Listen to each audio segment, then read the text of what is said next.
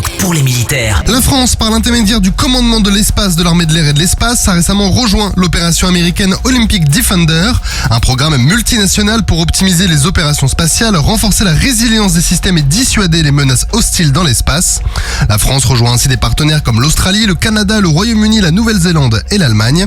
Le général Philippe Adam, chef du commandement de l'espace, a indiqué que cette étape stratégique consolidait la position de la France dans la coalition et envoyait un message fort de solidarité avec ses partenaires, tout en ouvrant de nouvelles perspectives dans le domaine des opérations militaires spatiales. La frégate multimission Languedoc a récemment été déployée pour le tout premier dronathlon de la marine, un exercice qui sert à tester l'efficacité des drones développés par la base industrielle et technologique de défense dans le domaine du renseignement. L'objectif de cette mission était donc d'obtenir des informations sur un groupe de drones tout en simulant un environnement de haute surveillance.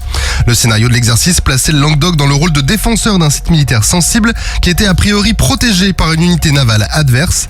Cette dernière devait faire obstacle à toute tentative de collecte d'informations de la part de la France. Dans cette configuration, le Languedoc a activé l'ensemble de ses systèmes de surveillance, notamment son radar multifonction, son sonar et son intercepteur radio pour détecter et caractériser rapidement tout intrus potentiel. Le but était donc de neutraliser ou de discréditer toute tentative d'infiltration par les drones. Les données collectées à la fois par les drones et par les systèmes de surveillance de la frégate permettront d'évaluer la survivabilité de l'efficacité des drones dans des missions de renseignement en territoire hostile. Les forces armées en Nouvelle-Calédonie ou FANC ont récemment été sollicitées pour secourir un marin danois à la dérive à l'est de Lifou, une île de la mer de Corail qui fait partie des îles Loyauté. Le Falcon 200 de la Marine nationale a rapidement localisé le naufragé et 2 sauveteurs plongeurs sont descendus sur son bateau en utilisant un treuil pour l'examiner. Le marin a ensuite été évacué vers l'hôpital de Nouméa pour y être pris en charge. Malgré des conditions météo difficiles, cette opération de sauvetage en mer a été menée avec succès grâce à la coordination des différents acteurs. Ce sauvetage est l'une des missions menées par les forces françaises pour la sécurité dans le Pacifique Sud, où 35 évacuations sanitaires ont été réalisées cette année, dont 5 en mer. Le 90e véhicule blindé Centaure a été reçu par la gendarmerie nationale. Ce 90e exemplaire fait désormais route vers la Guyane, où son arrivée est prévue pour la première semaine de décembre.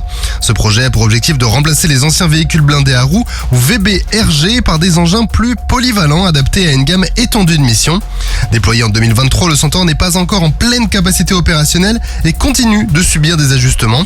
Son emploi en Nouvelle-Calédonie a cependant permis de confirmer sa performance dans des situations réelles, qui offrent à la gendarmerie une réelle preuve opérationnelle de son efficacité sur le terrain. Sur terre, sur mer, comme dans les airs. Skyrock PLM, en équipe avec Uneo, la mutuelle des forces armées.